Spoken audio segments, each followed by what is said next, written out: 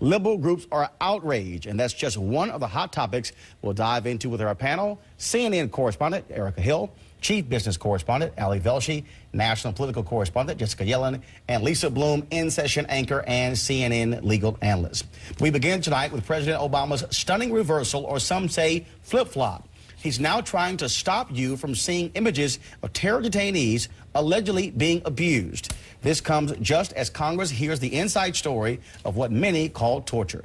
Jessica's here to start us off. Jessica, break it down for us. Roland, there were some real fireworks today on Capitol Hill during a hearing on tactics that some consider torture.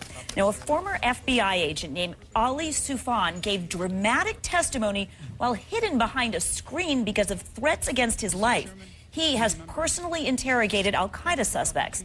Now, Soufan told a Senate committee that techniques like waterboarding simply do not work. He called them ineffective, slow, even harmful to our goals. And his case in point, the interrogation of al-Qaeda leader Abu Zubaydah.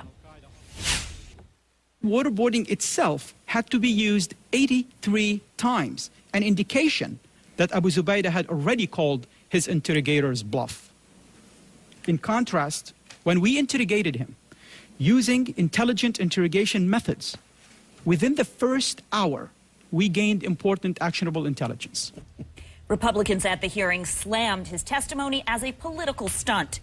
And there was breaking news from the White House as well when the president announced he has asked his lawyers to try to block the release of photos that show American military abusing detainees at about half a dozen prisons in Iraq and Afghanistan.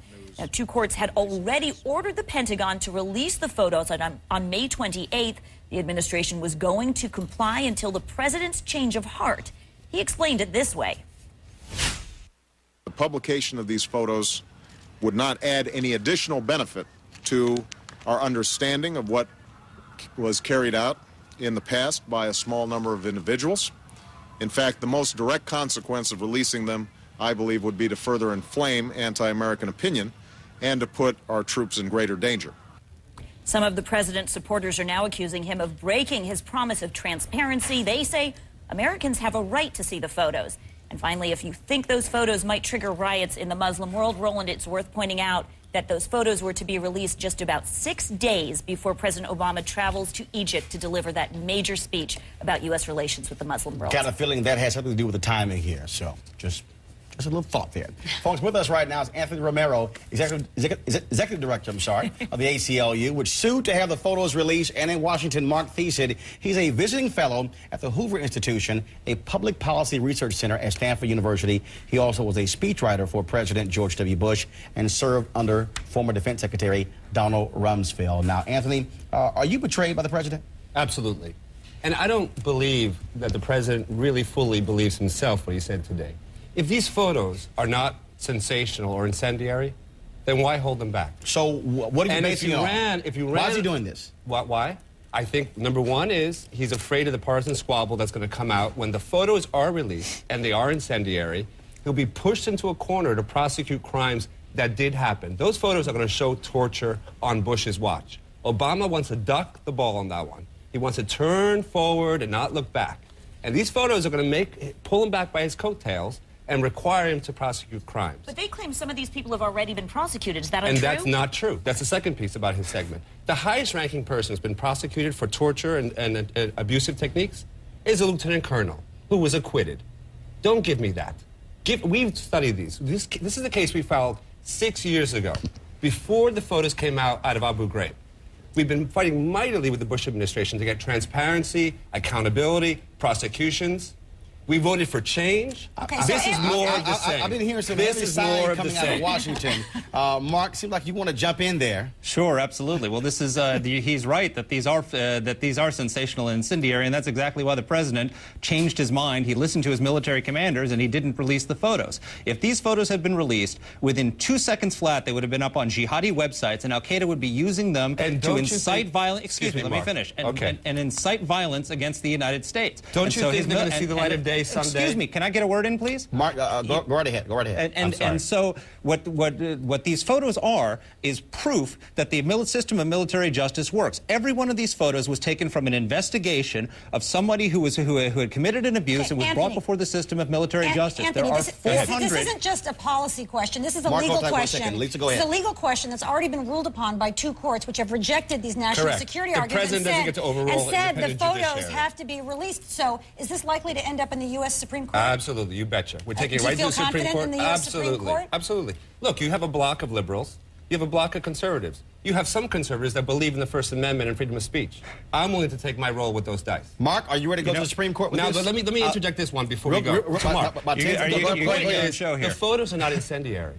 What's incendiary is a commission of torture and abuse that happened under Bush's watch. And what's incendiary is criminals get away. Can I say something, please? Mark, go ahead. Is this the ACLU hour? Mark, go ahead. Go ahead. Listen, the fact is there are 400 individuals who have been disciplined and prosecuted as a result of abuses. This system of military justice works. And there was no systematic abuse. You're absolutely wrong, Mr. Romero. And you know why? I can prove it to you. Because in 2004, there was a bipartisan commission led by Secretary Schlesinger, which investigated this very question and found that there was no systematic abuse, and that of the 50,000 people up to that point that had been gathered up in the war on terror and put in prison, less than 1/10% had any viable claim of abuse. Did they see these and photos? those are the people who were being investigated and who the photos were of, and these photos release was going to set up Al Qaeda to launch attacks on the United States and kill American troops, and the president did the right thing by keeping them back.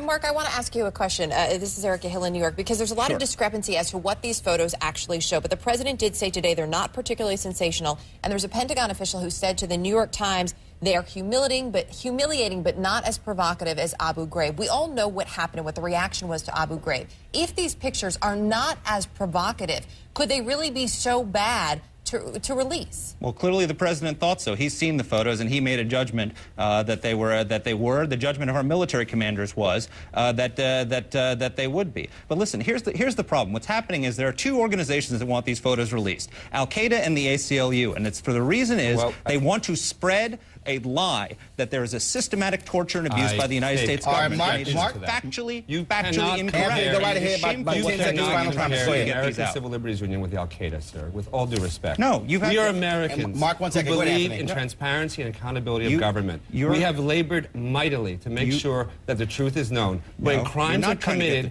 crimes should be prosecuted. And frankly, there would be no photos if the crimes were being prosecuted. There would be no photos. I don't want to see these photos. If Attorney General Holder exercises the independence of his office and appoints a special prosecutor who will look at these photos and prosecute the crimes, I'm willing to sit back and let him do his job. No photos if there wasn't a system of military justice. Mark Theissen, we're out of time. Mark, thank you very much. Anthony Romero, we certainly appreciate it. Thank you very much. Thank you very much.